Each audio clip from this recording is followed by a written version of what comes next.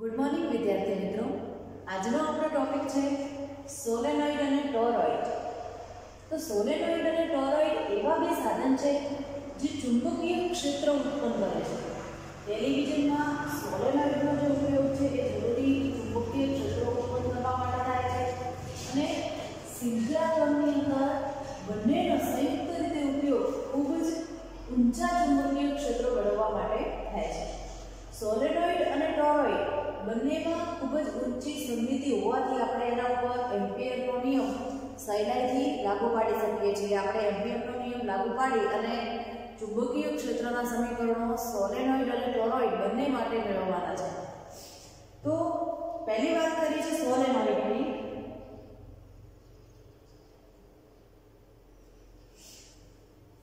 તો પહેલા તો સોલેનોઇડ શું છે જોઈએ। તો લાંબા સોલેનોઇડ અને ટૂંકા સોલેનોઇડ બે પ્રકારના સોલેનોઇડ છે।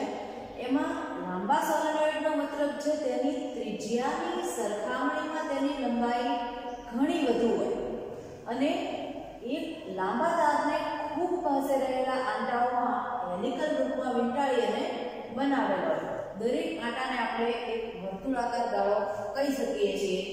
તો અહીં જે કુલ ચુંબકીય ક્ષેત્ર જે છે એ દરેક આંટાઓના કારણે ઉદ્ભવતા ચુંબકીય ક્ષેત્રના સદિશ સરવાળા જેટલું થશે। અહીંયા આપણને લાંબા સોલેનોઇડ વિશે પહેલી માહિતી આપી છે કે લાંબો સોલેનોઇડ એ શું છે। તો પહેલા તો આપણે યાદ રાખીશું કે લાંબા સોલેનોઇડનો મતલબ છે તેની ત્રિજ્યાની સરખામણીમાં તેની લંબાઈ કેવી હોવી જોઈએ, વધારે હોવી જોઈએ અને ખૂબ જ પાસે રહેલા આંટાઓમાં આપણે હેલિકલ રૂપમાં વીંટાળી અને આ રીતે જે આપણને આકૃતિ અહીંયા દેખાઈ રહી છે એ ખૂબ જ પાસે હેલિકલ રૂપમાં વીંટાળી અને પાસે આંટા આ સોલેનોઇડની જે આકૃતિ દર્શાવી છે અને અહીં દરેક ગાળો એક વર્તુળાકાર ગાળો આપણે ગણી શકીએ છીએ અને કુલ ચુંબકીય ક્ષેત્ર જે છે એ દરેક આંટાના કારણે ઉદ્ભવતા ચુંબકીય ક્ષેત્રના સદિશ સરવાળા જેટલું હોય છે। અહીં આ જે આંટાને વેઠવા માટે જે ઇનેમલ વાળા તારનો ઉપયોગ કરવામાં આવે છે કારણ કે ઇનેમલ વાળો તાર જે છે એ એકબીજાના સંપર્કમાં અવાહક રીતે વર્તે છે। અહીંયા આપણને બે આકૃતિઓ સોલેનોઇડની આપી છે। પહેલી જે આકૃતિ જે છે એ દર્શાવે છે કે અહીં આપણે ફક્ત અર્ધવર્તુળાકાર ભાગ જ જોઈ શકીએ છીએ પણ એ સંપૂર્ણ વર્તુળાકાર ગાળો છે જે પાસે વીંટાળેલા તારથી એક આકૃતિ તૈયાર કરી છે। અહીંયા જે વચ્ચે બ્લુ કલરની લાઈનમાં આપણને દેખાય છે એ ચુંબકીય ક્ષેત્ર રેખાઓ દર્શાવી છે। અહીં બે બિંદુઓ લીધા છે, એક P બિંદુ અને એક Q બિંદુ અને આ જે આકૃતિ છે એને જ અંદરના આડછેદ સ્વરૂપે અહીંયા આકૃતિ B ની અંદર દર્શાવી છે। આપણે જોઈએ એક ત્રીજી પણ આપણને આકૃતિ આપી છે। પહેલા આપણે ઉપરની બંને આકૃતિઓની ચર્ચા કરીએ તો સોલેનોઇડના એક ભાગનું વિવર્તિત નિરૂપણ આપણને પહેલી આકૃતિમાં દર્શાવ્યું છે અને બીજી આકૃતિમાં સમગ્ર સોલેનોઇડ તેના ચુંબકીય ક્ષેત્ર સાથે દર્શાવે છે। તો પહેલી આકૃતિની અંદર આપણે જોઈ શકીએ છીએ કે બાજુના આંટાઓનું ચુંબકીય ક્ષેત્ર નાબૂદ થઈ જાય છે। અહીંયા પહેલી આકૃતિમાં કીધું છે કે બાજુના જે આંટાઓ છે એનું ચુંબકીય ક્ષેત્ર એકબીજાની અસરના કારણે પરસ્પર નાબૂદ થઈ જાય છે અને આકૃતિ B ની અંદર દર્શાવે છે કે સોલેનોઇડ અંદરની તરફ મધ્ય ભાગમાં P બિંદુ પાસે નિયમિત અને પ્રબળ અને તેની અક્ષની દિશામાં છે અને મધ્ય બિંદુ સિવાય બહારના બિંદુ Q પાસે ચુંબકીય ક્ષેત્ર નબળું અને મોટા ભાગે સોલેનોઇડની અક્ષને સમાંતર આપણે આકૃતિમાં જોઈ શકીએ છીએ કે P બિંદુ પાસે ચુંબકીય ક્ષેત્ર રેખાઓ જે છે એ આપણને એકદમ પાસે જોવા મળે છે। એકદમ પાસે છે એનો મતલબ કે ત્યાં સૌથી વધારે પ્રબળ ચુંબકીય ક્ષેત્ર હશે અને જે ચુંબકીય ક્ષેત્ર નિયમિત રીતે આપણને એકબીજાને પરસ્પર સમાંતર ચુંબકીય ક્ષેત્ર રેખાઓ દેખાઈ રહી છે તો નિયમિત જોવા મળે છે પરંતુ Q બિંદુ પાસે તમે જોઈ શકો છો ફક્ત એક જ ચુંબકીય ક્ષેત્ર રેખા દર્શાવી છે એટલે કે નિર્બળ હશે પરંતુ હશે કેવું સમાંતર અક્ષની। બીજી વાત કરી છે કે સોલેનોઇડ જેમ મોટો થતો જાય છે તેમ એ લાંબી નળાકાર ધાતુની તકતી જેવો આપણને દેખાય છે। જે અહીંયા એક ત્રીજી આકૃતિ સ્વરૂપે આપણને દર્શાવીને આપ્યું છે. તો અહીં આપણને જોઈ શકાય છે કે સોલેનોઇડ બહાર ચુંબકીય ક્ષેત્ર શૂન્યવત છે અને બહારથી અંદર તરફ પણ શૂન્યવત છે અને અંદરની તરફ દરેક જગ્યાએ અક્ષને સમાંતર આપણે આ જે અક્ષ દર્શાવી છે એને સમાંતર અહીંયા જે બ્લુ કલરની લાઈન દર્શાવી છે એ ચુંબકીય ક્ષેત્ર દર્શાવે છે. ચુંબકીય ક્ષેત્રની દિશા આપણને દર્શાવી છે. જમણા હાથના નિયમ પરથી આપણે દિશા નક્કી કરી શકીએ છીએ. પ્રવાહની દિશામાં જો આપણે આંગળીઓને વાળીએ જમણા હાથની તો જે અંગૂઠો જે છે એ ચુંબકીય ક્ષેત્ર દર્શાવે છે. બરાબર, પ્રવાહની દિશામાં આપણે આંગળીઓને વાળીએ તો અંગૂઠાની દિશા એ ચુંબકીય ક્ષેત્રની દિશા છે. ક્રોસ વડે અહીંયા પ્રવાહ અંદર પ્રવેશતો દર્શાવ્યો છે અને ડોટ વડે બહારની દિશા દર્શાવી છે. તો અંદરથી બહાર આપણે આંગળીઓને વાળીએ તો અંગૂઠાની દિશા એ ચુંબકીય ક્ષેત્રની દિશા દર્શાવે છે. અહીં આપણે એક નળાકાર દર્શાવ્યો છે. જ્યારે આપણે લાંબા સોલેનોઇડની વાત કરીએ તો જેમ જેમ સોલેનોઇડ લાંબો થતો જાય એમ આપણને નળાકાર સ્વરૂપે દેખાશે, કારણ કે દરેક લૂપ જે છે એ તો કેવી છે, દરેકે દરેક ગાળો ગોળાકાર છે. એના કારણે આપણને સોલેનોઇડ જે છે એ નળાકાર સ્વરૂપે અહીંયા દેખાય છે. આપણે આકૃતિમાં જે દર્શાવીને આપ્યું છે તો આ જે નળાકાર સોલેનોઇડનો ગાળો દર્શાવ્યો છે એના માટે આપણે એક લંબચોરસ એમ્પિરિયન ગાળો ABCDE એટલે કે અહીં ABCDE આ એક બંધ ગાળો આપણે પસંદ કરી શકીએ. એક બંધ લૂપ પસંદ કરી અને એના ઉપર એમ્પિયર સર્કિટલનો નિયમ વાપરીએ તો CD પર ચુંબકીય ક્ષેત્ર શૂન્ય છે. કેમ CD ઉપર ચુંબકીય ક્ષેત્ર શૂન્ય થશે? તો એ સોલેનોઇડની બહારનો ભાગ છે. તો સોલેનોઇડના બહારના ભાગમાં ચુંબકીય ક્ષેત્ર શૂન્યવત છે એવું આપણે આગળ કીધું. લંબખંડો BC અને AD ઉપર પણ ચુંબકીય ક્ષેત્રનો ઘટક શૂન્ય છે. BC અને AD આ છે BC અને આ છે AD બંને ભાગ ઉપર ચુંબકીય ક્ષેત્ર શૂન્ય છે. કેમ શૂન્ય થશે? તો ચુંબકીય ક્ષેત્ર B ની દિશા અને આપણે જે ગાળો પસંદ કર્યો છે એની દિશા બંને ઘટકો કેવા છે? પરસ્પર લંબ છે. માટે અહીંયા પણ ચુંબકીય ક્ષેત્ર 0 થશે.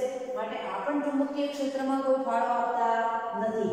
એટલે ફક્ત ને ફક્ત AB ના કારણે જ આપણને ચુંબકીય ક્ષેત્ર મળે છે એવું કહી શકીએ.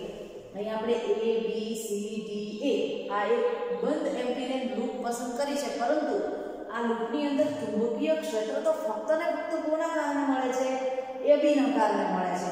અને અહીં આપણે AB એ માની લો કે એમ્પિરિયલ ગાળાની લંબાઈ જેને આપણે L બરાબર h કહી દઈએ કે માની લો કે આ A થી B ની લંબાઈ જે કેટલી છે? h જેટલી છે. તો આ જે લંબાઈ h લીધી છે ત્યાં એકમ લંબાઈ દીઠ આંટાની સંખ્યા માની લો કે સ્મોલ n છે. બરાબર, આ લંબાઈ h ની અંદર એકમ લંબાઈ દીઠ આંટાની સંખ્યા સ્મોલ n છે. તો આખી h લંબાઈની અંદર કુલ આંટાઓ કેટલા થશે? તો n h જેટલા થશે. તો અહીંયા આપણે કુલ આંટાઓની સંખ્યા n h લઈએ તો હવે એ h લંબાઈ જે છે એ b જે છે a થી b સુધીનો જે અંતર છે એના દ્વારા ઘેરાયેલો વિદ્યુત પ્રવાહ કેટલો થશે?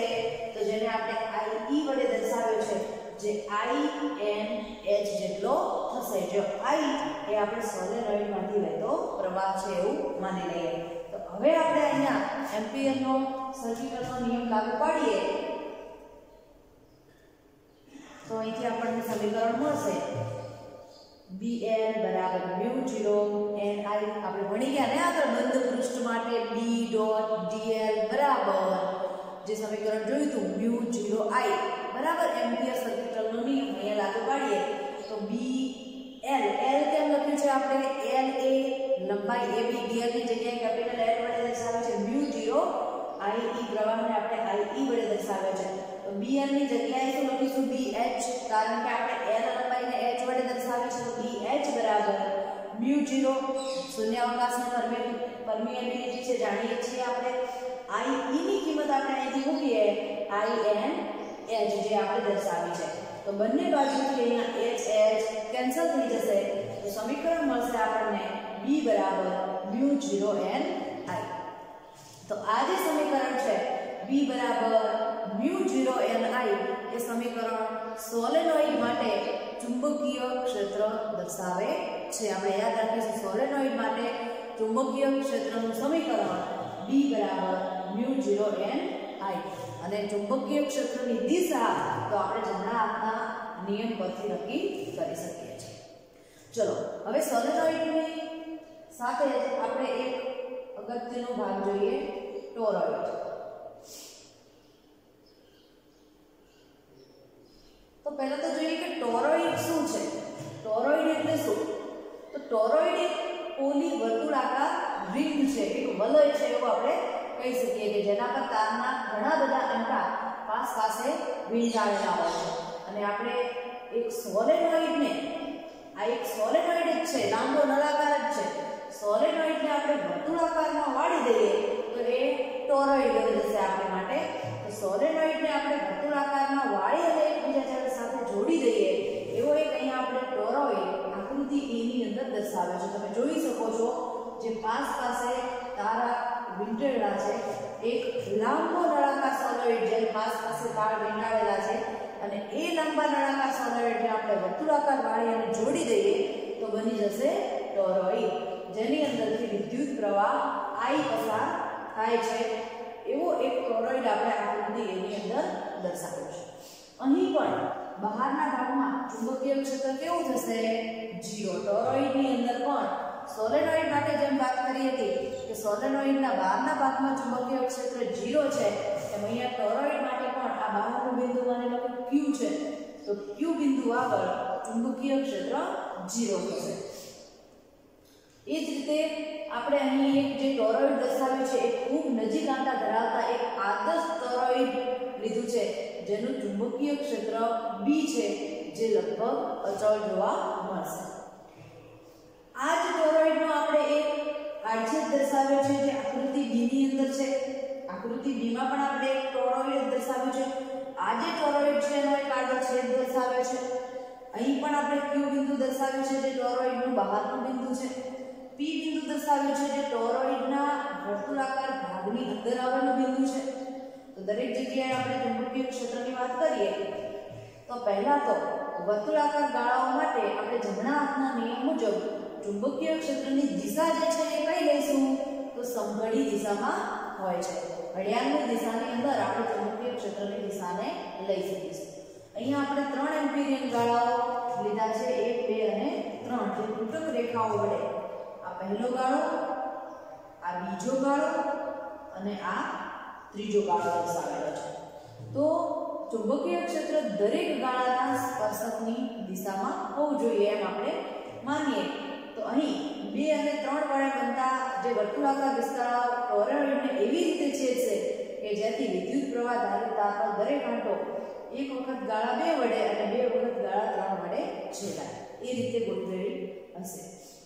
હવે પહેલા ગાળા માટે કે જેની આ O બિંદુથી ત્રિજ્યા r1 છે, તો ગાળા 1 પર ચુંબકીય ક્ષેત્રનું મૂલ્ય માની લો કે B1 છે. અહીંયા આપણે ચુંબકીય ક્ષેત્રનું મૂલ્ય પહેલા ગાળા માટે B1 લઈએ તો એમ્પિયર સર્કિટના નિયમ મુજબ લંબાઈ કેટલી થશે? તો અહીં વર્તુળાકાર ગાળો છે તો વર્તુળના પરિઘ જેટલી લંબાઈ થશે. તો ત્રિજ્યા છે r1, તો લંબાઈ L = 2πr1 લઈ શકાય. હવે અહીં કોઈ પણ પ્રકારનો વિદ્યુત પ્રવાહ આ ગાળો પહેરતો નથી. આ ગાળામાંથી કોઈ પણ પ્રકારનો પ્રવાહ પસાર થતો નથી. એનો મતલબ એ થયો કે પ્રવાહ I = શું થશે? 0. એમ્પિયર સર્કિટનો નિયમ આપણે જાણીએ છીએ બંધ પૃષ્ઠ માટે. બંધ સંકલન B.dl = μ0 I. તો અહીંયા L ની જગ્યાએ ચુંબકીય ક્ષેત્ર B1, લંબાઈ L ની જગ્યાએ 2πr1 લખીએ બરાબર μ0 I. વિદ્યુત પ્રવાહ I અહીંયા 0, તો ચુંબકીય ક્ષેત્ર પણ કેટલું થશે? 0. તો એનો મતલબ એ થયો કે ટોરોઇડમાં ખુલ્લી જગ્યામાં આવેલા કોઈપણ બિંદુ P પાસે ચુંબકીય ક્ષેત્ર 0 હોય છે. અહીંયા આપણે પહેલા ગાળા માટે દરેક જગ્યાએ અંદરનું બિંદુ જે છે ખુલ્લા ભાગમાં દરેક બિંદુ P માટે ચુંબકીય ક્ષેત્ર 0 જોવા મળશે.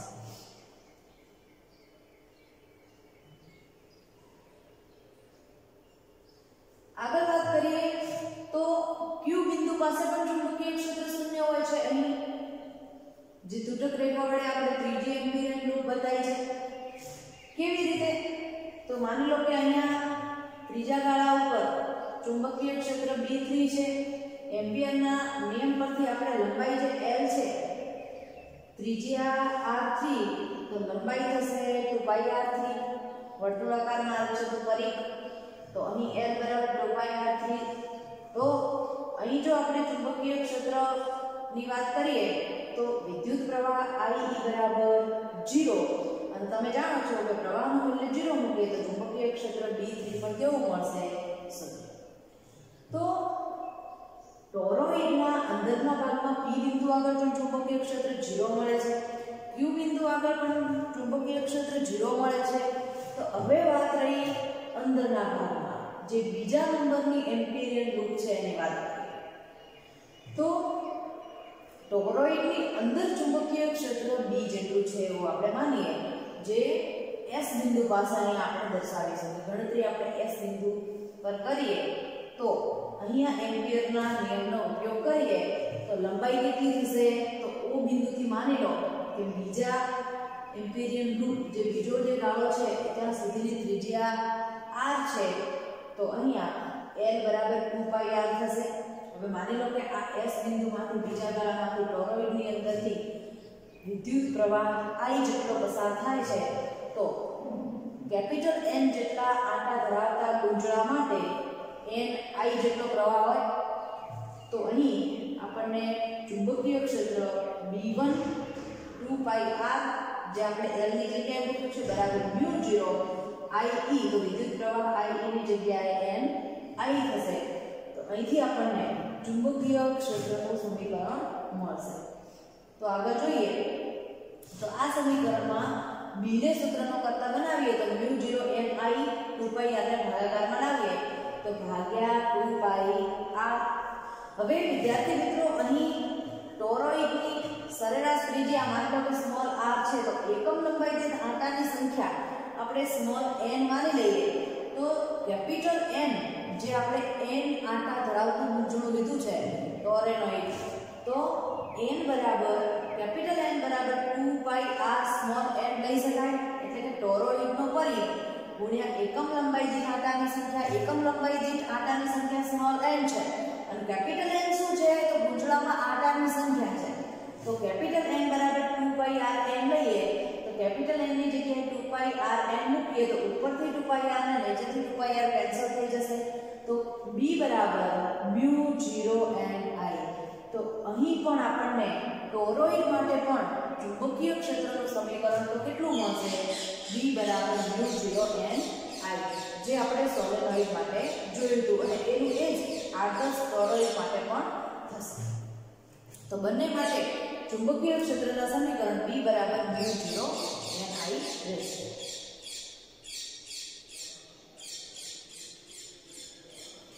ઉદાહરણ જોઈએ તો અહીં આપણે ઉદાહરણ લીધું છે કે 1 સેન્ટીમીટર ત્રિજ્યા અને 0.5 મીટર લંબાઈનો સોલેનોઇડ માની લો કે 500 આંટા ધરાવે છે, અને એમાંથી 5 એમ્પિયરનો વિદ્યુત પ્રવાહ પસાર થાય છે, તો સોલેનોઇડની અંદર ચુંબકીય ક્ષેત્રનું મૂલ્ય કેટલું હશે? તો સૌથી પહેલા તો આપણે એકમ લંબાઈ જે આંટા ગણી કાઢીએ, કારણ કે 0.5 લંબાઈનો સોલેનોઇડ 500 આંટા ધરાવે છે એવું કીધું છે, તો એકમ લંબાઈ જે આંટાની સંખ્યા એટલે આપણે સ્મોલ n સિમ્બોલ વાપરીએ છીએ એની માટે। તો કુલ કેટલા આંટા છે? 500 ભાગ્યા સોલેનોઇડની લંબાઈ કેટલી છે? 0.5, તો 500 ભાગ્યા 0.5 કરીશું તો 1000 આપણને એકમ લંબાઈ દીઠ આંટા મળશે। ચલો, અહીંયા આપણને સોલેનોઇડની લંબાઈ કેટલી આપી છે? તો 0.5 મીટર આપી છે। ત્રિજ્યા તો 1 સેન્ટીમીટર, સેન્ટીમીટરનું મીટરમાં ફેરવીએ તો 0.01 મીટર થશે। તો અહીંથી આપણને આ જે સોલેનોઇડ લીધો છે એ સોલેનોઇડ માટે ચુંબકીય ક્ષેત્ર શોધવું છે। સોલેનોઇડના અંદરના ભાગમાં ચુંબકીય ક્ષેત્રનું મૂલ્ય કેટલું? તો હમણાં જ આપણે સમીકરણ જોઈ ગયા, B બરાબર μ0 n I। μ0 એ પરમિયાબિલિટી છે, શૂન્યાવકાશની પરમિયાબિલિટીનું મૂલ્ય 4π × 10⁻⁷ થશે। સ્મોલ n જે આપણે શોધી કાઢ્યા છે 1000 એકમ લંબાઈની કાંટાની સંખ્યા 1000 એટલે કે 10 ની 3 ઘાત ગુણ્યા i એ શું છે તો આપણે જે લંબાઈનો સોલેનોઇડ લીધો છે એમાંથી પસાર થતો વિદ્યુત પ્રવાહ. હવે આપણને શું કીધું છે કે 5 એમ્પિયર જેટલો વિદ્યુત પ્રવાહ પસાર થાય છે તો ગુણ્યા 5. તો અહીંયાથી આપણે પાઈની કિંમત 3.14 અથવા 22 સપ્તમાંશ મૂકી અને સાદો રૂપ આપીએ તો ચુંબકીય ક્ષેત્ર B એ 6.28 ગુણ્યા 10 ની -3 ઘાત ટેસ્લા જેટલું મળશે.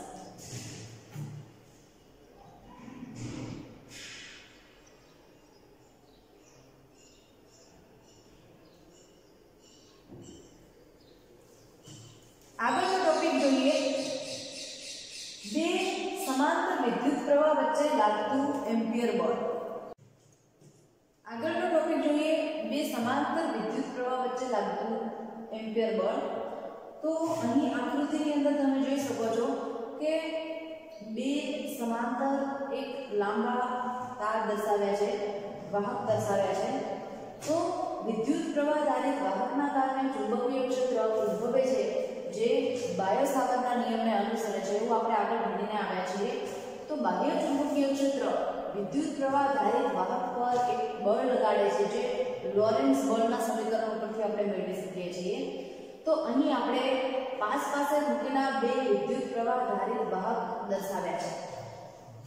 જે બંને વાહકો છે એ એકબીજા ઉપર ચુંબકીય બળ લગાડે છે એની ચર્ચા આપણે અહીં કરવાની છે.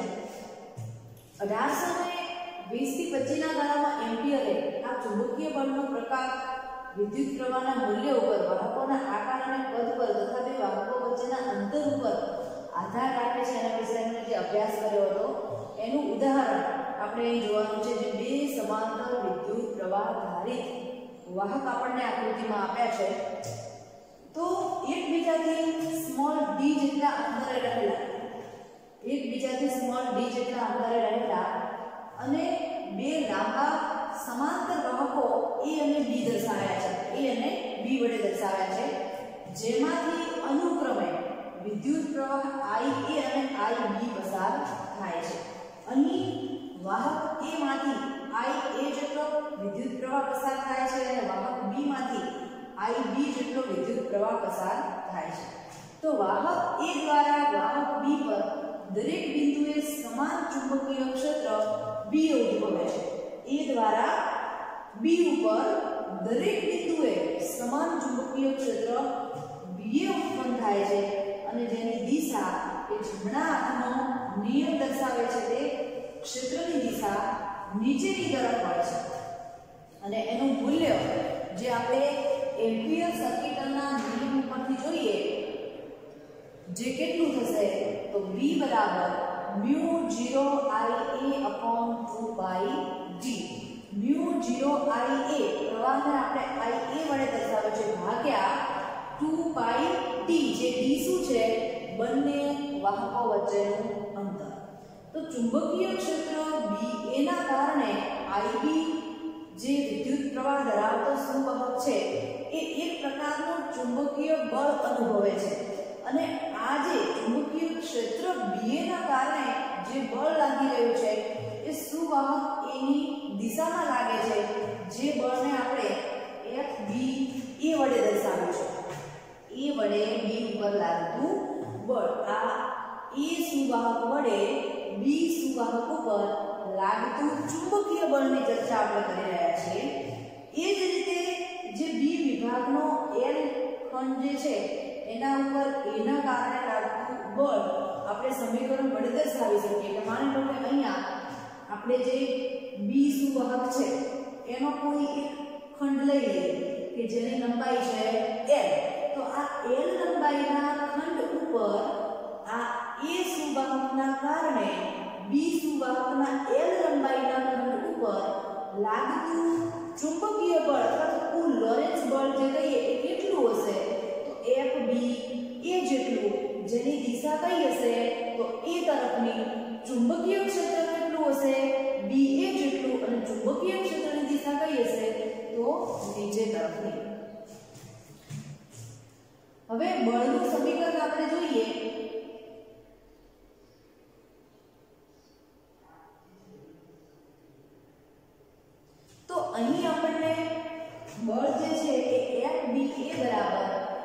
IBLBA જેટલું મળશે. IB એ સુવાહક B માંથી પસાર થતો પ્રવાહ હશે. L એટલે કે જે લંબાઈ L નો આપણે ખંડ પસંદ કર્યો છે આકૃતિની અંદર, એ ખંડમાંથી પસાર કેટલો પ્રવાહ થાય છે? પસાર થાય તો IBL જેટલો. અને ચુંબકીય ક્ષેત્ર કેટલું છે? તો BA જેટલું. અહીં આપણે ચુંબકીય ક્ષેત્ર BA નું સમીકરણ મૂકી દઈએ, જે કેટલું છે? μ0Ia/2πd. તો આપણું FBA નું સમીકરણ કેટલું બનશે? તો μ0Ia/IB/2πd × L. તો B ના કારણે A ઉપર લાગતું બળ આપણે આ રીતે શોધી શકીએ. એનાથી રિવર્સ, જેમ આપણે A ના કારણે B ઉપર લાગતું બળ લખ્યું છે, એ જ રીતે B ના કારણે A ઉપર લાગતા બળની વાત કરીએ તો એના માટે જે આપણે આગળ આકૃતિ દર્શાવી છે, તો આ આકૃતિની અંદર જેમ આપણે A ના કારણે B ઉપર લાગતું બળ, તો આપણે L લંબાઈના ખંડ ઉપર જેમાંથી I જેટલો પ્રવાહ પસાર થઈ રહ્યો છે, IB જેટલો, એના માટે આપણે લાગતા બળની ચર્ચા FBA કરી. એવી જ રીતે સુવાહક B ના કારણે સુવાહક A ના કોઈ L લંબાઈના ખંડ ઉપર લાગતું બળ એ AB લખી શકીએ.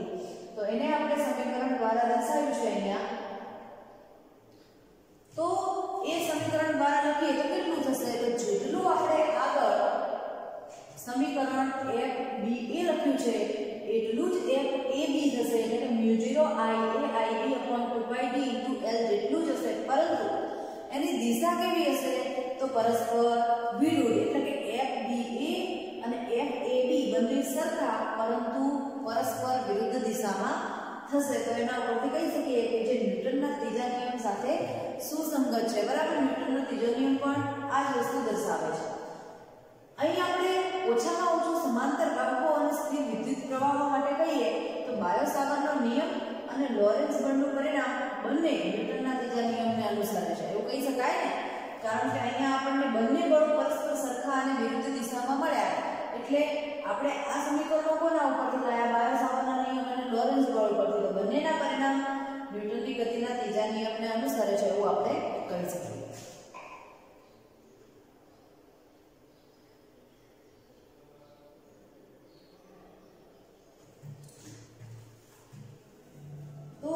અહીંથી આપણે FBA નું પણ સમીકરણ લખ્યું છે. તો FBA નું એકમ લંબાઈ દીઠ મૂલ્ય μ0Ia/2πd.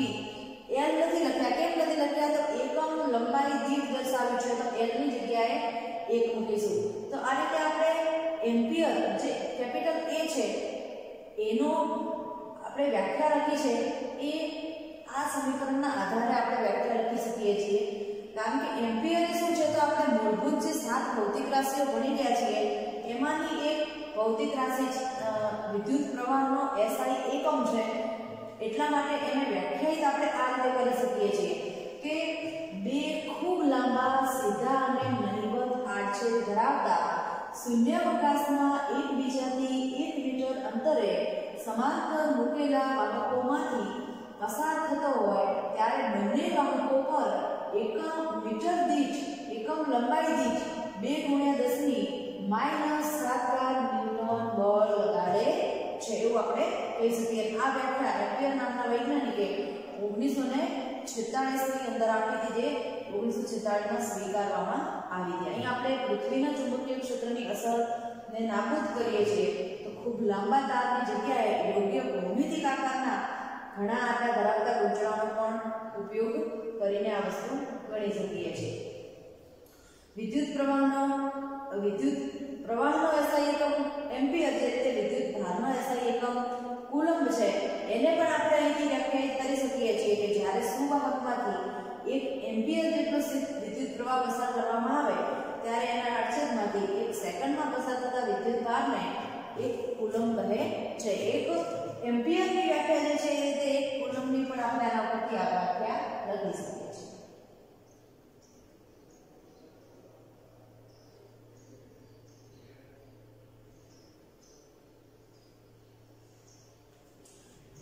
તો ઉદાહરણ જોઈએ આપણે થિયરીના આધારે. તો કે કોઈ સ્થળે પૃથ્વીના ચુંબકીય ક્ષેત્રનો સમક્ષિતિજ ઘટક આપણને આપ્યો છે 3 × 10⁻⁵ ટેસ્લા અને આ ક્ષેત્રની દિશા માની લો કે કોઈ ભૌગોલિક દક્ષિણથી ઉત્તર તરફની છે અને એક સીધો લાંબો વાહક જે 1 એમ્પિયર જેટલો સ્થાયી વિદ્યુત પ્રવાહ ધરાવે છે એને એક સમસ્થિત ટેબલ ઉપર મૂકવામાં આવે તો આપણે એમાંથી પસાર થતા વિદ્યુત પ્રવાહની દિશા માટે પૂર્વથી પશ્ચિમ અને દક્ષિણથી ઉત્તર એકમ લંબાઈ દીઠ લાગતું બળ કેટલું હશે બળની ચર્ચા કરવાની છે તો બળનું સમીકરણ પહેલા તો વાત કરીએ તો બળનું સમીકરણ થશે અહીંયા F = IL × B એટલે કે F = IL B sin θ તો F = IL B sin θ હોય તો એકમ લંબાઈ દીઠ બળ કેટલું તો F / L એટલે કે ભાગ્યા L ને ઉપર ગુણ્યા L કેન્સલ થઈ જાય તો IB sin θ જો θ એ I અને B વચ્ચેનો ખૂણો છે તો આપણને અહીંયા બે દિશા આપી છે આપણે બંને દિશા માટે ગણતરી કરીએ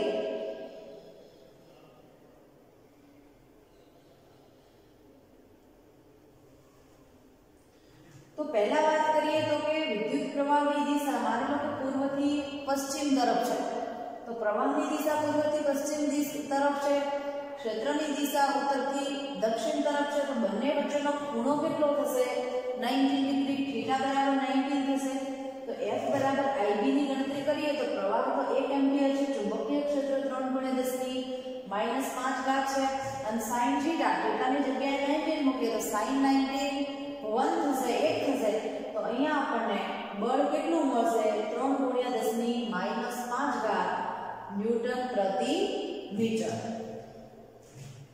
જે એમ્પિયરની વ્યાખ્યામાં આપણે દર્શાવેલા 2 × 10⁻⁷ ન્યૂટન પ્રતિ મીટર કરતાં કેવું છે વધારે છે માટે અહીં એમ્પિયરને પ્રમાણભૂત કરવા માટે આપણે પૃથ્વીનું ચુંબકીય ક્ષેત્ર અને બીજા ક્ષેત્રોની અસરને નાબૂદ કરવી જરૂરી છે બળની દિશા કઈ હશે તો નીચે તરફ બીજા નંબરે આપણને ગણતરી કરીને આપી છે વિદ્યુત પ્રવાહની દિશા ઉત્તરથી દક્ષિણ તરફ હશે ત્યારે બળ કેટલું હશે તો θ = 0 થઈ જશે કારણ કે ચુંબકીય ક્ષેત્રની દિશા ઉત્તરથી દક્ષિણથી ઉત્તર છે પ્રવાહની દિશા પણ ઉત્તરથી દક્ષિણ θ 0 તો કોઈ પણ પ્રકારનું બળ લાગતું નથી બરાબર તો અહીંયા sin θ ના આધારે આપણે θ ના મૂલ્ય ઉપરથી કિંમતો મૂકી અને બળની ગણતરી કરી શકીએ છીએ તો આજે આપણે લેક્ચર અહીં સુધી જ રાખીએ છીએ આવતું ટોપિક જે છે એ આવતા વિડિયો લેક્ચરની અંદર જોઈશું